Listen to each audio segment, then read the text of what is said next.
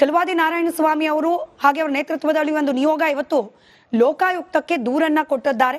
ಬಳ್ಳಾರಿಯ ಬಾಣಂತಿಯರ ಸಾವಿನ ವಿಚಾರಕ್ಕೆ ಸಂಬಂಧಪಟ್ಟಂತೆ ಬಹುಶಃ ಅವರು ನಮ್ಮ ಜೊತೆ ದೂರವಾಣಿ ಸಂಪರ್ಕದಲ್ಲಿದ್ದಾರೆ. ಕ್ವಿಕ್ ರಿಯಾಕ್ಷನ್ ತಗೊಂಡು ನನ್ನ ಪ್ಯಾನಲಿಸ್ಟ್ಗಳನ್ನ ಮಾತನಾಡ್ತಾ ಹೋಗ್ತೀನಿ. ಛಲವಾದಿ ಸರ್ ನಮಸ್ಕಾರ, ನನ್ನ ಧ್ವನಿ ತಲುಪ್ತಾ ಇದೆ ಅಂತ ಭಾವಿಸ್ತಾ, ಲೋಕಾಯುಕ್ತಕ್ಕೇನೆ ದೂರು ಕೊಡಬೇಕು ಅಂತ ಅನಿಸಿದ್ ಯಾಕೆ ಈ ಪ್ರಕರಣವನ್ನ? ಯಾಕೆ ಅಂತಂದ್ರೆ ಸರ್ಕಾರ ವಿಫಲವಾದಾಗ ಚಾಟಿ ಬೀಸ್ಲಿಕ್ಕೆ ಯಾರಾದ್ರೂ ಒಬ್ರು ಬೇಕಲ್ಲ, ಆದ್ರೆ ಅವ್ರಿಗೆ ಆ ಅಧಿಕಾರ ಇದೆ. ಇವತ್ತು ಜನರ ಮಾನ ಪ್ರಾಣ ಈ ಸರ್ಕಾರಕ್ಕೆ ಮುಖ್ಯ ಅಲ್ಲ. ಮೊದಲಿಗೆ ಪ್ರಾಣ ಉಳಿದ್ರೆ ಮತ್ತೆ ಮಾನದ ಬಗ್ಗೆ ಯೋಚನೆ ಮಾಡಬಹುದು. ಯಾವ ಮಟ್ಟಕ್ಕೆ ಹೋಗಿದೆ ಅಂತಂದ್ರೆ ನೂರಾರು ಜನ ಹಸುಗೂಸುಗಳು ಸತ್ತು ಹೋಗಿದ್ದವ್ರೆ. ಇವತ್ತು ಬಾಣಂತಿಯರು ಸರ್ಕಾರಿ ಆಸ್ಪತ್ರೆಗೆ ಹೋದ್ರೆ ವಾಪಸ್ ಬರ್ತಾರೆ ಅನ್ನುವಂತ ಖಾತ್ರಿ ಇಲ್ಲ. ಇಂಥ ಪರಿಸ್ಥಿತಿ ಇದೆ. 128 ಜನರು ಇತ್ತೀಚೆಗೆ ಸತ್ತಿದ್ದಾರೆ ಬಾಣಂತಿಯರು ಅಂತ ಹೇಳಿ ಈಗಾಗಲೇ ವರದಿಗಳು ಬರಕ್ ಶುರುವಾಗಿದೆ. ಎಲ್ಲ ಕಡೆಯಲ್ಲೂ ಮುಚ್ಚಿಟ್ಟಿದ್ದವು ಎಲ್ಲ ಹೊರಗಡೆ ಬರ್ತಿದೆ. ಮಂತ್ರಿಗಳು ನಾವು ಬಳ್ಳಾರಿಯಲ್ಲಿ ಈ ರೀತಿ ಆಗಿದೆ ಅಂತ ಹೇಳಿ ವಿರೋಧ ಪಕ್ಷದ ನಾಯಕರು ಭೇಟಿ ಮಾಡಿ ಅವರಿಗೆ ವರದಿ ಕೊಟ್ಟರು ಕೂಡ ಇದುವರೆಗೂ ಇದು ಆರೋಗ್ಯ ಸಚಿವರಾಗಿರ್ಲಿ, ಮೆಡಿಕಲ್ ಎಜುಕೇಶನ್ ಸಚಿವರಾಗಿರ್ಲಿ, ಮತ್ತೆ ಅಲ್ಲಿಯ ಜಿಲ್ಲಾ ಉಸ್ತುವಾರಿ ಸಚಿವರು ವಕ್ಫ್ ಬೋರ್ಡ್ಗಳ ಆಸ್ತಿಗಳಿಗೆ ಕಾಂಪೌಂಡ್ ಹಾಕೋದನ್ನು ನೋಡ್ತಿದ್ದಾರೆ ಹೊರತು, ಆದ್ರೆ ಆಸ್ಪತ್ರೆಗಳಿಗೆ ಭೇಟಿ ಕೊಟ್ಟು ಪರಿಸ್ಥಿತಿ ಏನಾಗಿದೆ ಅಂತ ಯಾರು ನೋಡ್ತಿಲ್ಲ. ಆಮೇಲೆ ಈ ಕಳಪೆ ಔಷಧಿಗಳನ್ನ ಸರಬರಾಜು ಮಾಡಿದ್ದು ಸಿಕ್ಕಾಕೊಂಡ ಮೇಲೆ ಕೆಲವು ಕಂಪನಿಗಳನ್ನ ಬ್ಲಾಕ್ ಲಿಸ್ಟ್ ಮಾಡಲಾಗಿದೆ. ಅಂತ ಬ್ಲಾಕ್ ಲಿಸ್ಟ್ ಮಾಡಿರೋಂತ ಕಂಪನಿಗಳ ಜೊತೆಯಲ್ಲೇನೆ ಕೇಂದ್ರ ಸರ್ಕಾರ ಕಡೆ ಬೊಟ್ ಮಾಡ್ತಿದ್ದಾರೆ ಛಲವಾದಿ ಸರ್. ಬಿಜೆಪಿ ಅಥವಾ ಕೇಂದ್ರ ಸರ್ಕಾರ ಅದರ ಅಧೀನದ ಒಂದು ಲ್ಯಾಬ್ ಕೊಟ್ಟ ರಿಪೋರ್ಟು, ಹಾಗ ಕನ್ಫ್ಯೂಷನ್ ಆಯ್ತು, ಈ ಮಾತು ಬಂತು.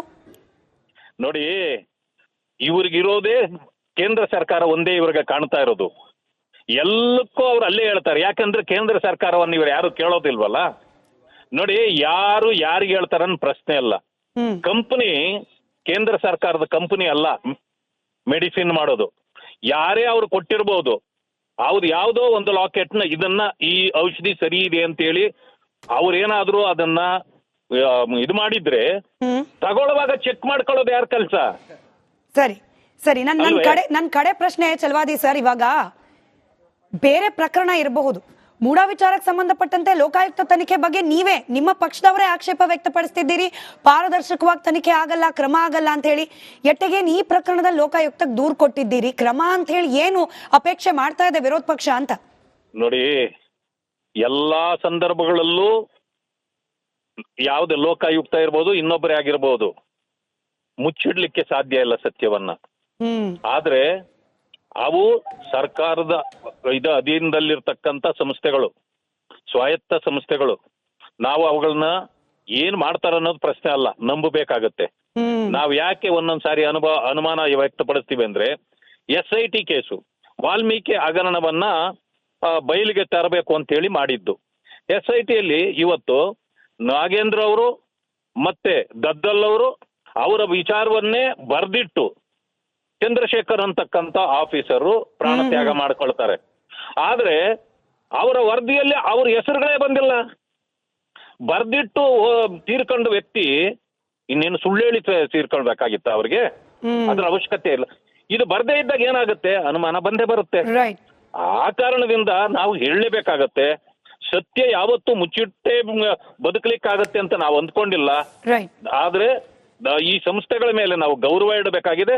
ನಾವ್ ಇವತ್ತು ನಮಗೆ ನಂಬಿಕೆ ಯಾಕೆ ಬಂತು ಅಂದ್ರೆ, ಅವರೇ ಸೊಮೋಟೋ KC ಜನರಲ್ ಆಸ್ಪತ್ರೆಗೆ ಹೋದ್ರು. ಇದೇನು ದೊಡ್ಡಿನ ಇದು, ದನಗಳ ದೊಡ್ಡಿನ ಇದು ಅಂತ ಕೇಳಿದ್ರು. ಅಂದ್ಮೇಲೆ ನಮಗೆ ಅವ್ರ ಮೇಲೆ ವಿಶ್ವಾಸ ಬಂತು. ಅಟ್ಲೀಸ್ಟ್ ಸರ್ಕಾರ ಫೇಲ್ ಆಗಿದೆ. ಫೇಲ್ ಆದ ಸರ್ಕಾರಕ್ಕೆ ಚಾಟಿ ಬೀಸ್ತಕ್ಕಂಥ ಕೆಲಸವನ್ನ ಇವರು ಮಾಡ್ಲಿಕ್ಕೆ ಹೊರಟಿದ್ದಾರೆ. ನಾವು ಇವರಿಗೆ ಸಹಕಾರಿಯಾಗೋಣ ಅನ್ನೋ ಕಾರಣಕ್ಕೆ ನಂಬಿಕೆ ಬಂದಿದ್ದ ತಗೊಂಡೋಗಿ ಇವತ್ತು ಕೊಟ್ಟಿದ್ದೇವೆ. ಅವರು ಕೂಡ ನಮಗೆ ನಂಬಿಕೆ ಬರುವ ರೀತಿಯಲ್ಲಿ ನಮಗೆ ವಿಚಾರಗಳನ್ನ ತಿಳಿಸಿದ್ದಾರೆ. ನಾವು ಕೂಡ ಅವರು ಸಹಕರಿಸ್ತೇವೆ. ರೈಟ್ ಸರ್, ಧನ್ಯವಾದ. ರಿಪಬ್ಲಿಕ್ ಕನ್ನಡದ ಜೊತೆಯಲ್ಲಿ ಮಾತನಾಡಿದ್ದಕ್ಕೆ. ಛಲವಾದಿ ನಾರಾಯಣಸ್ವಾಮಿ ಅವರು ಹಾಗೆ ಅವರ ನೇತೃತ್ವದಲ್ಲಿ ಒಂದು ನಿಯೋಗ ಇವತ್ತು ಲೋಕಾಯುಕ್ತಕ್ಕೆ ದೂರನ್ನ ಕೊಟ್ಟಿದ್ದಾರೆ.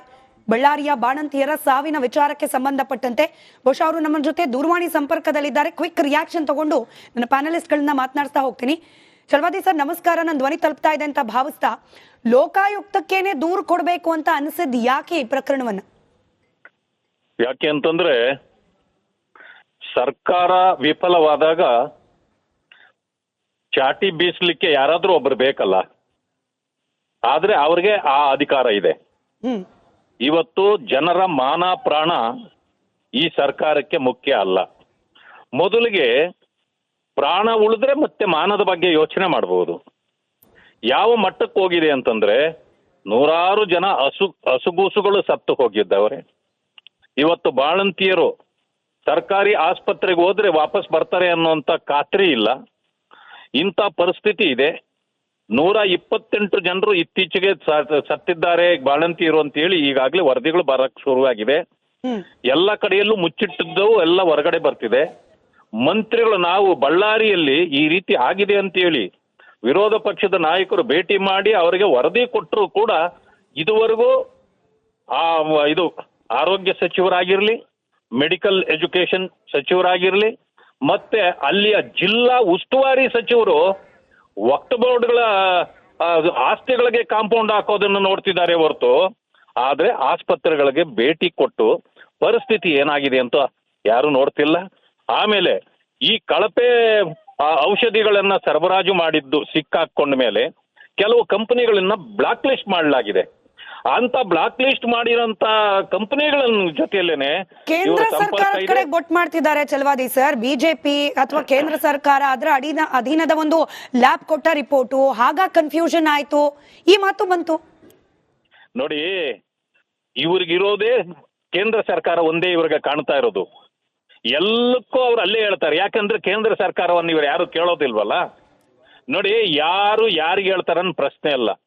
ಕಂಪನಿ ಕೇಂದ್ರ ಸರ್ಕಾರದ ಕಂಪನಿ ಅಲ್ಲ ಮೆಡಿಸಿನ್ ಮಾಡೋದು.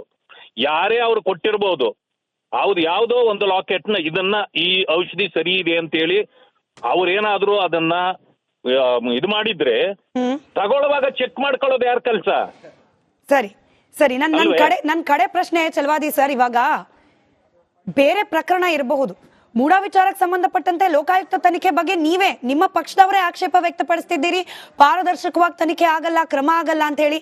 ಎಟ್ಟೆಗೇನು ಈ ಪ್ರಕರಣದಲ್ಲಿ ಲೋಕಾಯುಕ್ತಕ್ಕೆ ದೂರು ಕೊಟ್ಟಿದ್ದೀರಿ, ಕ್ರಮ ಅಂತ ಹೇಳಿ ಏನು ಅಪೇಕ್ಷೆ ಮಾಡ್ತಾ ಇದೆ ವಿರೋಧ ಪಕ್ಷ ಅಂತ? ನೋಡಿ, ಎಲ್ಲಾ ಸಂದರ್ಭಗಳಲ್ಲೂ ಯಾವ್ದು ಲೋಕಾಯುಕ್ತ ಇರ್ಬೋದು, ಇನ್ನೊಬ್ಬರೇ ಆಗಿರ್ಬೋದು, ಮುಚ್ಚಿಡ್ಲಿಕ್ಕೆ ಸಾಧ್ಯ ಇಲ್ಲ ಸತ್ಯವನ್ನ. ಆದ್ರೆ ಅವು ಸರ್ಕಾರದ ಅಧೀನದಲ್ಲಿರ್ತಕ್ಕಂಥ ಸಂಸ್ಥೆಗಳು, ಸ್ವಾಯತ್ತ ಸಂಸ್ಥೆಗಳು. ನಾವು ಅವುಗಳನ್ನ ಏನ್ ಮಾಡ್ತಾರ ಅನ್ನೋದು ಪ್ರಶ್ನೆ ಅಲ್ಲ, ನಂಬಬೇಕಾಗತ್ತೆ. ನಾವು ಯಾಕೆ ಒಂದೊಂದ್ಸಾರಿ ಅನುಮಾನ ವ್ಯಕ್ತಪಡಿಸ್ತೀವಿ ಅಂದ್ರೆ, SIT ಕೇಸು ವಾಲ್ಮೀಕಿ ಹಗರಣವನ್ನ ಬಯಲಿಗೆ ತರಬೇಕು ಅಂತ ಹೇಳಿ ಮಾಡಿದ್ದು. SITಯಲ್ಲಿ ಇವತ್ತು ನಾಗೇಂದ್ರ ಅವರು ಮತ್ತೆ ದದ್ದಲ್ ಅವರು ಅವರ ವಿಚಾರವನ್ನೇ ಬರ್ದಿಟ್ಟು ಚಂದ್ರಶೇಖರ್ ಅಂತಕ್ಕಂಥ ಆಫೀಸರು ಪ್ರಾಣ ತ್ಯಾಗ ಮಾಡ್ಕೊಳ್ತಾರೆ. ಆದ್ರೆ ಅವರ ವರದಿಯಲ್ಲಿ ಅವ್ರ ಹೆಸರುಗಳೇ ಬಂದಿಲ್ಲ. ಬರ್ದಿಟ್ಟು ತೀರ್ಕೊಂಡ ವ್ಯಕ್ತಿ ಇನ್ನೇನು ಸುಳ್ಳು ಹೇಳಿ ತೀರ್ಕೊಳ್ಬೇಕಾಗಿತ್ತ ಅವ್ರಿಗೆ? ಅದ್ರ ಅವಶ್ಯಕತೆ ಇಲ್ಲ. ಇದು ಬರ್ದೇ ಇದ್ದಾಗ ಏನಾಗುತ್ತೆ, ಅನುಮಾನ ಬಂದೇ ಬರುತ್ತೆ. ಆ ಕಾರಣದಿಂದ ನಾವು ಹೇಳಲೇಬೇಕಾಗತ್ತೆ.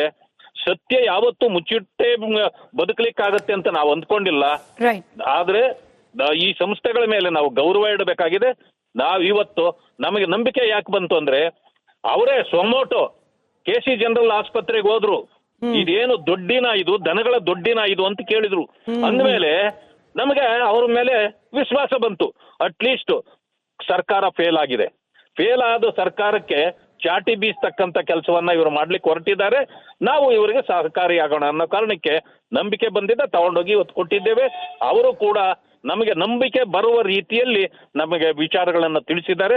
ನಾವು ಕೂಡ ಅವರು ಸಹಕರಿಸ್ತೇವೆ. ರೈಟ್ ಸರ್, ಧನ್ಯವಾದ. ರಿಪಬ್ಲಿಕ್ ಕನ್ನಡದ ಜೊತೆಯಲ್ಲಿ ಮಾತನಾಡಿದ್ದಕ್ಕೆ.